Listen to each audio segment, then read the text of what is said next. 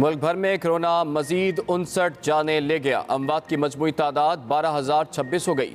گزشتہ 24 گھنٹوں میں 1,037 نئے کرونا کیسز رپورٹ. کرونا کے فعال کیسز کی تعداد 31,983 ہو گئی. 5,11,000 سے زائد کرونا مریض صحت یاب.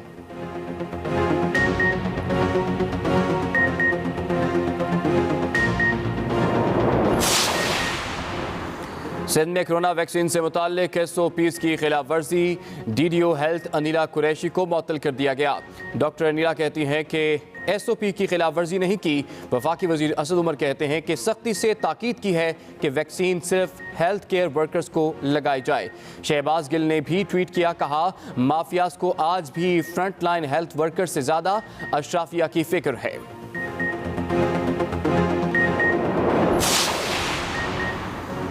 K2 سر کرنے کے لیے جانے والے پاکستانی کوہ پیما محمد علی ستپارہ اور ٹیم کے 2 غیر ملکی اراکین تاحال لاپتہ. آرمی کے سرچ ہیلی کاپٹرز نے 7,800 میٹر سے زائد بلندی تک پرواز کی. سرچ آپریشن میں نامور نیپالی کوہ پیما شیرپا چنگ داؤ اور ساجد علی ستپارہ نے بھی حصہ لیا. ساجد علی ستپارہ نے ٹویٹ کیا, لوٹ آؤ, پوری قوم انتظار کر رہی ہے.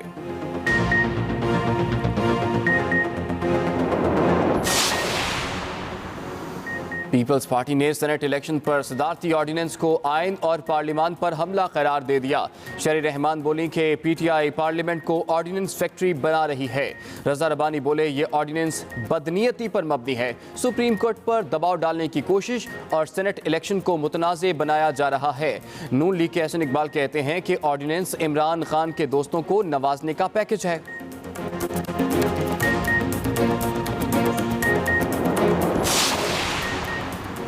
پیپلز پارٹی اور مسلم لیگ نون لوگوں کے ضمیر خریدنا چاہتی ہے. وزیر خارجہ شاہ محمود قریشی کا رد عمل. ملتان نے میڈیا سے گفتگو میں کہا کہ اپوزیشن جواب دے آج وہ اوپن بیلٹ سے کیوں فرار چاہتی ہے. سینٹ انتخابات میں منڈیاں لگتی ہیں, یہ سلسلہ بند ہونا چاہیے. ادھر PDM کے سربراہ مولانا فضل الرحمان کا کہنا ہے کہ حکومت نے سینٹ الیکشن کو مذاق بنا دیا. PTI کے لوگ اپنے امیدواروں کو ووٹ نہیں دینا چاہتے.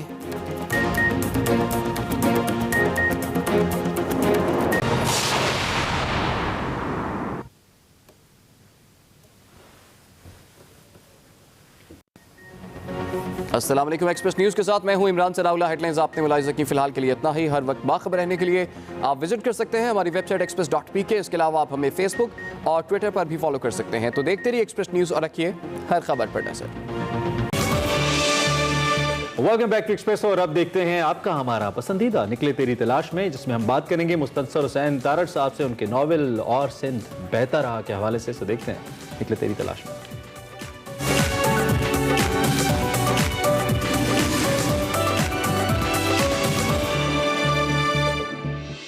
السلام علیکم ناظرین, آپ دیکھ رہے ہیں نکلے تیری تلاش میں. اور نکلے تیری تلاش میں کے اس سیگمنٹ میں ہم بات کریں گے مستنصر حسین تارڑ صاحب کے ساتھ ان کی ایک انتہائی اہم کتاب اور سندھ بہتا رہا.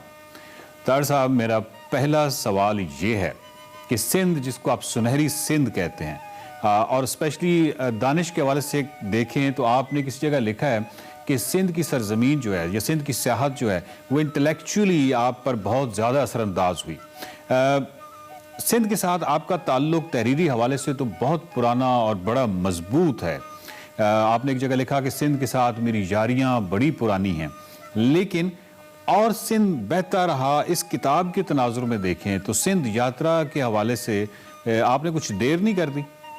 ہمیشہ دیر کر دیتا ہوں میں منیر نیازی کے مطابق. ٹریکنگ بھی میں نے 50 سال کی عمر میں کی, شادی بھی دیر سے کی, اور میرا خیال لٹریچر میں بھی 30 سال کے بعد آیا. تو یہ میری خصلت ہے کہ دیر کر دیتا ہوں. اور وہ کہتے ہیں نا کہ سہج پکے سو میٹھا, میں اس پہ یقین رکھتا ہوں. دریائے سندھ کے ساتھ میری بہت یاریاں ہیں شروع سے. بشام میں جب بھی میں گیا یا نارتھ میں جب بھی گیا تو سندھ ساتھ ساتھ رہا. بلکہ آپ کو یاد ہوگا کہ دریائے شیوک ملتا ہے سندھ سے. سندھ ادھر سے آ رہا ہے اور ادھر سے خبروں کی طرف سے دریائے شیوک آتا ہے جی. اور وہ ایک عجیب سنگم ہے. اور وہاں پہ میں نے ایک چیز کا اظہار کیا گیا تھا کہ بھئی ایکچولی دریاؤں کے بھی نصیب ہوتے ہیں. جس طرح ہمارے نصیب ہے ادیبوں کے، یہ شاعروں کے یا کریٹو لوگوں کے، کہ اللہ تعالیٰ کی طرف سے کسی ایک کو انعام مل جاتا ہے، کسی دوسرے کو نہیں ملتا، چاہے وہ اتنا ہی اچھا ہو. چنانچہ وہاں پہ دریائے شیوک ایٹ ٹائمز زیادہ شاندار ہے سندھ کی نسبت. بالکل دوست. لیکن جب وہ ملتا ہے سندھ میں تو وہ بھی سندھ میں مدغم ہو جاتا ہے. تو وہاں سے شروع ہو کے سندھ کا سفر جو ہے، اس کے بعد قربت بزم محبت میں میں 3 دن میں نے سندھ کا سفر کیا، اور بالآخر میں سندھ بھی گیا. میں سرسری گزرا. مجھے کہہ لینے دیجیے کہ یہ کوئی سندھ کے بارے میں جو میں نے لکھا ہے کہ سندھ اتنی ایک ڈیپتھ والی سرزمین ہے کہ اس کا احاطہ نہیں ہو سکتا ایک چھوٹے سے سفر نامے میں. نہ سب کچھ دیکھا جا سکتا ہے، نہ اس کو بیان کیا جا سکتا ہے. بالکل صحیح. صرف سرسری سا ایک جو ہوتا ہے اپنے عشق کا اظہار، یا اس کے دریاؤں کا جو ہے طلسم جو ہے، جی جی، اور اس کے صحراؤں کی جو اٹریکشن ہے، اور اس کے جو پرندے ہیں، یا اس کی اوور آل ایٹماسفیئر، اس کا سرسری طور پہ ذکر کیا جا سکتا ہے. چنانچہ میں دیر سے گیا، اور سندھ یہ کہہ لیجیے کہ وہ میرے لیے ایک سرپرائز نہیں تھا. صحیح. یہ نہیں ہوتا ہے نا، کیونکہ وہ میری اپنی سرزمین تھی. آپ جانتے ہیں کہ سندھ سے سندھو، اور انڈیا بھی سندھ سے آیا. یہ پورا خطہ جو ہے سندھ کے نام سے، اور وادی سندھ کی تہذیب جو ہڑپا کی تہذیب ہے. تو پاکستان کا جو پورا اگر کوئی ریفرنس بنتا ہے کسی تہذیب کا، تو انڈس سویلائزیشن کا بنتا ہے. جی جی. اور ہم اس کو اون بھی کرتے ہیں. بعض لوگ ذرا بعد میں شروع کرتے ہیں، لیکن میں کہتا ہوں کہ بھائی جب سندھ نے بہنا شروع کیا تب سے پاکستان کی تہذیب کا آغاز ہو گیا. اچھا سر، یہ جو سفر نامہ ہے سفر سندھ کی اور سندھ بہتا رہا، اس میں آپ نے جمیل عباسی کا بڑا تفصیلی ذکر کیا، اور کیا ان کی شخصیت کا نقشہ آپ نے کھینچا ہے. گو کہ جمیل عباسی کا مختلف اور سفر ناموں میں بھی ذکر ملتا ہے، لیکن یہاں پہ آپ نے لکھا ہے کہ ہم کدھر جا رہے ہیں جمیل، سکھر سے روانہ ہو کر اس تاریک شب میں اترتے ہم جانے کہاں جا رہے تھے. بس یہیں سر، یہیں کہاں، بس ادھر ہی سر، ادھر کہاں، بس ادھر ہی سر. میں جمیل کی سعادت اور خصلت سے بیزار ہو چکا تھا کہ وہ کبھی مجھے حقائق سے آگاہ نہ کرتا تھا. ہمیشہ خوف زدہ رہتا تھا کہ کہیں میں ہراساں نہ ہو جاؤں، واپسی کا سفر نہ اختیار کر لوں، تو وہ مجھے اندھیرے میں رکھتا تھا. اور وہ جو عظمہ ہے اس کی گھر والی، وہ آسانی سے میری بیٹی ہو سکتی تھی اگر اس کی ناک کوریائی نہ ہوتی. تو میں جمیل سے پوچھتا ہوں، یہ ایک پسند کی شادی تھی؟ جی سر. تم نے اسے پسند کیا؟ نہیں سر، اس نے مجھے پسند کیا. تم اسے پسند نہیں کرتے؟ کرتا ہوں سر. تو بہت ہی کمال اس پوری کتاب میں خوبصورت ذکر ہے جمیل عباسی کا. تو وہاں پہ آپ کنڈیارو میں بھی ٹھہرے، تو وہ قیام کیسا رہا آپ کا کنڈیارو میں؟ اچھا، کنڈیارو ایک جو ہے نا ایک ڈیسولیشن.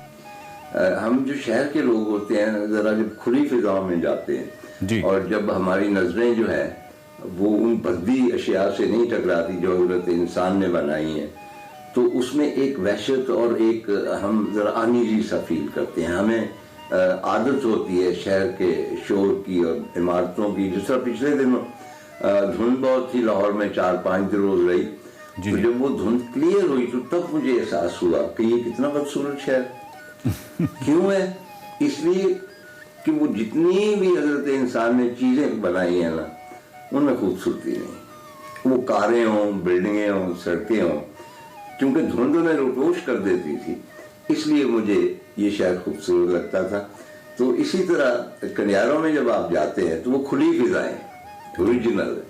تو ایک تو وہ میں نے انجوائے کیا. پھر جمیل عباسی میرا دیرینہ ایک دوست بھی ہے، جانے والا بھی ہے، اور ان دنوں کچھ غفلت برت رہا ہے باہر. تو وہ وہاں پہ چھوٹا موٹا وہ پیر بھی ہے. وہاں پہ ایک جو مسجد ہے اس کے ماموں نے بنائی ہے. جی، وہ مسجد ایک عجوبہ ہے. میرے خیال پاکستان کی 3-4 اگر مسجدیں آپ ان کا چناؤ کریں تو ان میں ہو سکتا ہے سر فہرست ہو جائے، کیونکہ اس کے جو طرز تعمیر ہے وہ مجھے اصفہان کی یاد دلاتی ہے. اصفہان کی جو مسجدیں ہیں، جس طرح اس کے گنبد، اس کا گنبد آپ دیکھیں، اٹس اے ہیوج ڈوم.